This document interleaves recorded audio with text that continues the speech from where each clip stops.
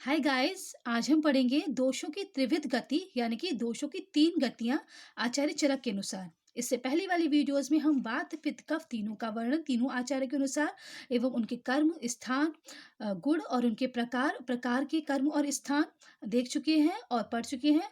और आयुर्वेद का अवतरण, आयुर्वेद का प्रयोजन तीनों आचार्यों के अनुसार और आयुर्वेद के अवतरण का कंपैरिजन तीनों आचार्यों के अनुसार और आचार्य चरक के अनुसार स्वस्थ पुरुष की परिभाषा पढ़ चुके हैं। तो आप वीडियोस जाकर चेक कर सकते हैं चैनल पर और पढ़ सकते हैं, सुन सकते हैं, रीड कर सकते हैं, राइट कर सकते हैं, जैसा आपको कंफर्ट हो वैसा कर सकते हैं। ठीक है गाइस? तो अब दोषों की त्रिविध गति जो आचार्य चरक के अनुसार है उसका श्लोक देखते हैं। छया स्थानम च वृद्धिश्च दोषाणां त्रिविधा गति ऊर्ध्व च अधश्च तिर्यक च वेग्या त्रिविध अपरा त्रिविधा च अपरा कोष्ठ शाखा मर्म अस्थि संधिषु इत्युक्ता विधि वेदेन दोषाणां त्रिविधा गति। इसका रेफरेंस है चरक सूत्र स्थान 17 चैप्टर का 112 एंड 13 श्लोक, 112 एंड 113 श्लोक। तो 17 चैप्टर का नाम है कियंता शिरसीय अध्याय। क्या नाम है 17 चैप्टर का? कियंता शिरसीय अध्याय।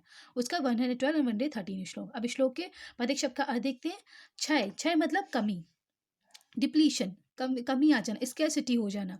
स्थान मतलब होता है स्थान, सम, जो सम साम्यावस्था होती है हेल्दी इंडिविजुअल में, जो दोषों की साम्यावस्था होती है, अमाउंट होता है जो दोषों का हेल्दी इंडिविजुअल में, उसे कहते हैं स्थानम और सम। वृद्धिश मतलब इंक्रीमेंट, मतलब वृद्धि हो जाना, अपने जितना अमाउंट होना चाहिए हेल्दी इंडिविजुअल में उससे बढ़ जाना, तो वृद्धि। दोषाणाम त्रिविधा गति, दोषों की तीन गति हैं। कौन कौन सी है? क्षय, स्थान और वृद्धि। इसका श्लोक के मीनिंग देख लेते हैं। दोषों की क्षय, स्थान और वृद्धि, ये तीन गतियां होती हैं। ऊर्ध्व च अधश्च तिर्यक च विज्ञा त्रिविध अपरा, और तीन तरह की गति होती है, ऊर्ध्व गति, अधा गति और तिर्यक गति। इसके अतिरिक्त त्रिविधा चपरा कोष्ठ शाखा मर्म अस्थि संधि, इसके अतिरिक्त कोष्ठ में, शाखा में, मर्म अस्थि और संधि, ये त्रिविध वे से दोषों की तीन गतियां अलग बताई गई हैं। तो अब थोड़ा इसको डीपली देखते हैं। क्षय, स्थान और वृद्धि तो हम देख चुके हैं। अब देखते हैं ऊर्ध्व गति, अधा गति और तिर्यक गति। ऊर्ध्व गति मतलब ऊपर की ओर गति होना, अधोगति गति मतलब बॉडी में नीचे की ओर गति होना, और तिर्यक गति मतलब साइडवेज गति होना, साइड में, ना ना ऊपर जा रही है ना नीचे जा रही है, तिरछी जा रही है, साइड में जा रही है। तो ये हो गई त्रिविध गति। फिर आती है कोष्ठ में। कोष्ठ जो हमारा middle part of the body है, जो हमारा इंटेस्टाइन है, स्टमक है, अमाशय पक्वाशय है, जो हृदय है, वक्षस्थल है, वो है कोष्ठ।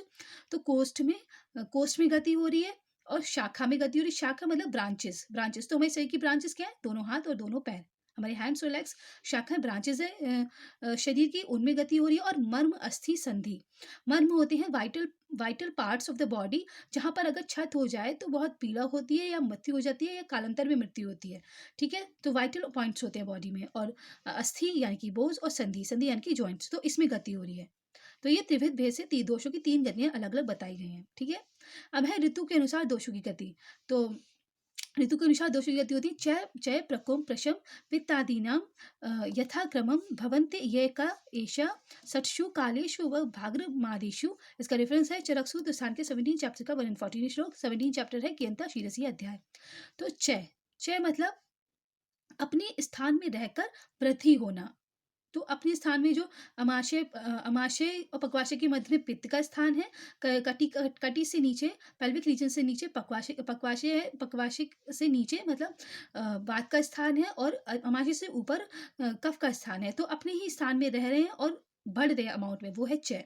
फिर है प्रकोप, प्रकोप मतलब अब अपने अमाउंट इतना बढ़ गए हैं कि वो अपने अमाउंट से, अमाउंट इतना ज़्यादा हो गया है कि अब अपनी स्व स्थान से बॉडी में चारों तरफ फैल रहे हैं, वो होता है प्रकोप। अपश्चिम होता है शांत हो जाना। ऐसी अवस्था, ऐसा अमाउंट है जो ना डिजीज कर रहा है, कुछ नहीं कर रहा है, साम्यावस्था है, हेल्दी इंडिविजुअल है, उसमें पड़ा हुआ है दोष का अमाउंट, वो होता है प्रशम। तो पित्तादीनाम यथाक्रमम, क्रम से, क्रम अनुसार, भवन्ते एकाशु षटशु कालेशु, जो छह क्रिया काल है, सॉरी छह क्रियाकाल नहीं, ऋतु काल है जो, उनका भाग आदिशु।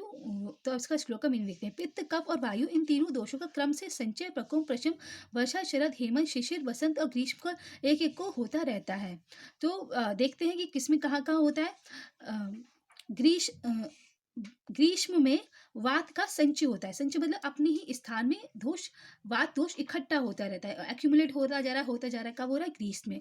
फिर वर्षा में प्रकोप हो जाता है, मतलब वर्षा जब आती है तो पूरी बॉडी में फैल जाता है, तो वो है प्रकोप। फिर है शरद। शरद मतलब शमन। शरद ऋतु में वात दोष का शमन हो जाता है, मतलब शमन मतलब हेल्दी इंडिविजुअल में वो जितने अमाउंट होना चाहिए उतना हो जाता है। अब देखते हैं पित्त का। पित्त का वर्षा में संचय होता है, मतलब वर्षा ऋतु में पित्त का संचय मतलब एक्यूमुलेशन होता है। पित्त जो होता है वो स्टोर होता रहता है, एक्यूमुलेट होता रहता है, अपने अमाउंट को इंक्रीज करता रहता है। कब? वर्षा ऋतु में पित्त।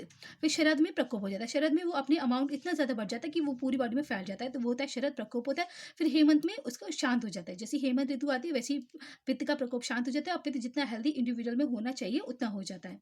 फिर आता है कफ। कफ का जो संचय होता है, मतलब जो एक्यूमुलेशन होता है, जो उसका इंक्रीमेंट होता रहता है अपने स्थान में रहते रहते, वो होता है शिशिर में।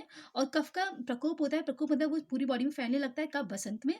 और कफ का ग्रीष्म में शमन हो जाता है, मतलब ग्रीष्म ऋतु में कफ शांत हो जाता है, वो जितना हेल्दी इंडिविजुअल में होना चाहिए उतना हो जाता है। ठीक है।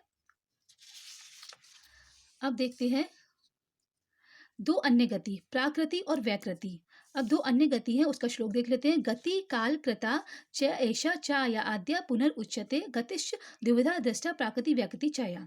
इस इन ऊपर बताए हुए संचय, प्रकोप और प्रशम को कालकृत गति कहते हैं, क्योंकि काल के अधीन है। जब वर्षा ऋतु आएगी तो बात का प्रकोप होगा, फिर उसके बाद शरद में शमन होगा, फिर ग्रीष्म ऋतु आएगी तो संचय होगा। तो जो काल के अधीन है, जो हमारा जो अर्थ का टाइम है, जो मौसम के साथ बदल रहा है, टाइम के साथ बदल रहा है, तो ये कालकृत गति है। कालकृत गति, काल के साथ गति है ये। और दूसरी दोषों की गति प्राकृति और व्याकृति गति है। दूसरी दोषों की गति है प्राकृति और व्याकृति। प्राकृति मतलब अपनी प्राकृत अवस्था में है, जब कोई दोषों में एनोमली नहीं है, दोषों में कोई विकार नहीं है, उनका अमाउंट जो हेल्दी इंडिविजुअल में होना चाहिए उतना है, वो प्राकृतिक गति है। व्याकृति मतलब जो अपने अमाउंट से कम ज़्यादा हो गए हैं, और विकार विकार आ गए, उसमें एनोमलीज आ गई, उसे व्याकृति कहते हैं। अब है पित्त की प्राकृति और व्याकृति गतियों का वर्णन। अब पित्त की जो प्राकृति व्याकृति गति है उसको देखते हैं। पित्तोद ऊष्मणा पक्ति पक्ति शिराणाम उपजायते तच्च पित्तम प्रकोपिता विकारन विकारन कुरते बहून। तो पित्त जब प्राकृतिक रूप में शरीर में गमन करता है तो मनुष्य के आहार का पाचन अग्नि स्वरूप पित्त से ही होता है। जब पित्त प्राकृतिक रूप में अपने जितना एक हेल्दी इंडिविजुअल में होना चाहिए उतना है, तो फिर वो पाचन क्रिया अच्छे से करेगा। अग्नि स्वरूप है पित्त। अग्नि मतलब जैसे खाना पकाने के लिए अग्नि की जरूरत होती है, फायर की जरूरत होती है, वैसे ही हमारे बॉडी में खाने को पचाने के लिए अग्नि की जरूरत है, इनकी जो पित्त है उसकी जरूरत है। तो पित्त आहार का पाचन अच्छे से करता है जब वो प्राकृत अवस्था में होता है। जब पित्त व्याकृति की गति से चलता है, जब उसमें विकार हो जाते हैं, विकृति आ जाती है, तो उसके प्रकोप से पित्तजन्य अनेक रोग हो जाते हैं। अब पित्तजन्य रोग कौन कौन सी होते हैं, कौन सी डिजीज होती है जो पित्त से होती है, पित्त के प्रकोप से होती है? वो है दबथु। दबथु मतलब इंद्रियों में दाह होना। हमारी जो ज्ञान इंद्रियां है, मन है, उसमें बर्निंग सेंसेशन होना। जैसे हमारी आईज में बर्निंग सेंसेशन हो जाए, ईयर में बर्निंग सेंसेशन हो रहा है, या टंग में हो रहा है बर्निंग सेंसेशन, या नोज में हो रहा है, तो आज हमारी इंद्रियों में दबथु हो जाता है, बर्निंग सेंसेशन होते हैं। और ओश, संपूर्ण शरीर में स्वेद और बेचैनी के साथ तीव्र दाह, ओश हो जाता है। ओश मतलब पूरी बॉडी में बहुत ज़्यादा पसीना आएगा, और बहुत रेस्टलेसनेस होगी, और तीव्र दाह होगी, बहुत ज़्यादा बर्निंग सेंसेशन होंगे, रक्त विस्फोट हो जाएंगे, लाल करके फफोले पड़ जाएंगे। ये पित्त के प्रकोप से होने वाले रोग हैं। और तृष्णा आदि के, बहुत ज़्यादा प्यास लगेगी, अतृप्ति से कि तृप्ति नहीं होगी। और रक्त यानी कि ब्लीडिंग या हेमरेज होता है रक्त, उसको भी हम आगे देखेंगे, पूरा डिजीज है वो अलग। और तंद्रा, तंद्रा मतलब टायर्डनेस। ठीक है गाइस, सॉरी तंद्रा नहीं है, कामला। कामला है, कामला मतलब जॉन्डिस से कोरिलेट कर सकते हैं। तो ये पित्त से रोग होते हैं। अब देखते हैं कफ का। कफ की प्राकृति और व्याकृति गतियों का वर्णन।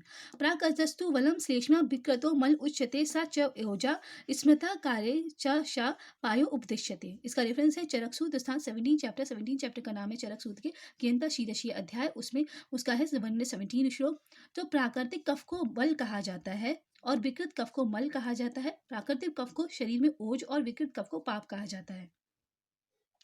तो प्राकृतिक कफ, जब कफ अपनी जो कंडीशन होनी चाहिए हेल्दी इंडिविजुअल में उसमें है, साम्य अवस्था में है, जो अमाउंट होना चाहिए हेल्दी इंडिविजुअल में वो है, तो उसको बल कहते हैं। क्यों कहते हैं बल? क्योंकि प्राकृतिक कफ को ओज कहते हैं, और ओज बल होता है, इसलिए कफ भी ओज है। और प्राकृतिक कफ को ओज क्यों कहते हैं? क्योंकि ओज के और कफ के गुण जो होते हैं वो समान होते हैं, तो इसलिए प्राकृतिक कफ को ओज कहते हैं। और विकृत कफ को पाप कहा जाता है।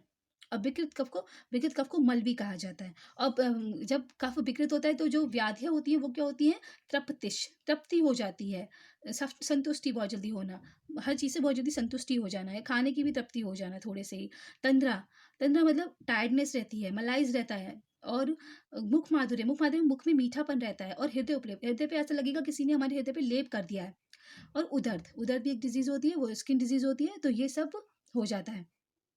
ठीक है। अब आते हैं वात पर। वात की प्राकृति और वैकृतिक गति। सर्वा ही चेष्टा वातेन स प्राणा प्राणिनाम विस्मृता तेनैव रोगा जायन्ते तेन च एव उपरोध्यते। इसका रेफरेंस है चरक सूत्र स्थान 17 का 18 श्लोक।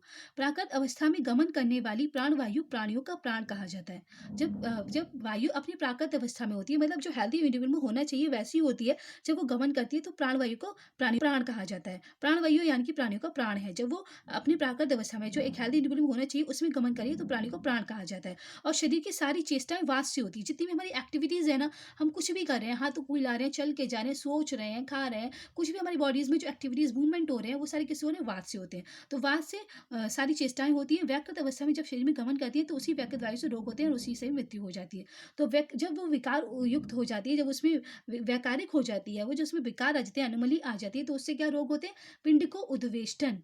पिंड को उद्वेष्टन मतलब जो हमारी पिंडलियाँ हैं, पिंडलियाँ का जो रीज़न होता है वो है घुटने के नीचे, नी के नीचे जो पार्ट है और फुट से ऊपर पैर का, उसे कहते हैं पिंडली, पिंडिको उड्वेशन, उसमें ऐठन होती है। और ग्रदसी, ग्रदसी मतलब शियाटिका रोग होता है। उरु स्तंभ मतलब जो हमारा कटी है उससे नीचे जो उरु है यानी कि जंघा है, उसमें बात और कफ का स्तंभन हो जाता है। इसका मतलब बात और कफ वहाँ स्टोर हो जाता है, रुक जाता है, स्तंभित कर देता है उस चीज़ को, वो उरु स्तंभ है। फिर उरु सादस्य और बिडभेद मतलब अतिसार यानी कि डायरिया, लूज मोशन। और पादशूल, पादशूल मतलब पैरों में दर्द होता है। और विपादिका मतलब हाथ पैर का फटना, स्किन का क्रैकलिंग होना। और नखवेद, नखवेद मतलब हमारे नेल्स का डैमेज हो जाना, नेल्स में क्रैकिंग हो जाना। तो ये होते हैं वात से रोग। ठीक है।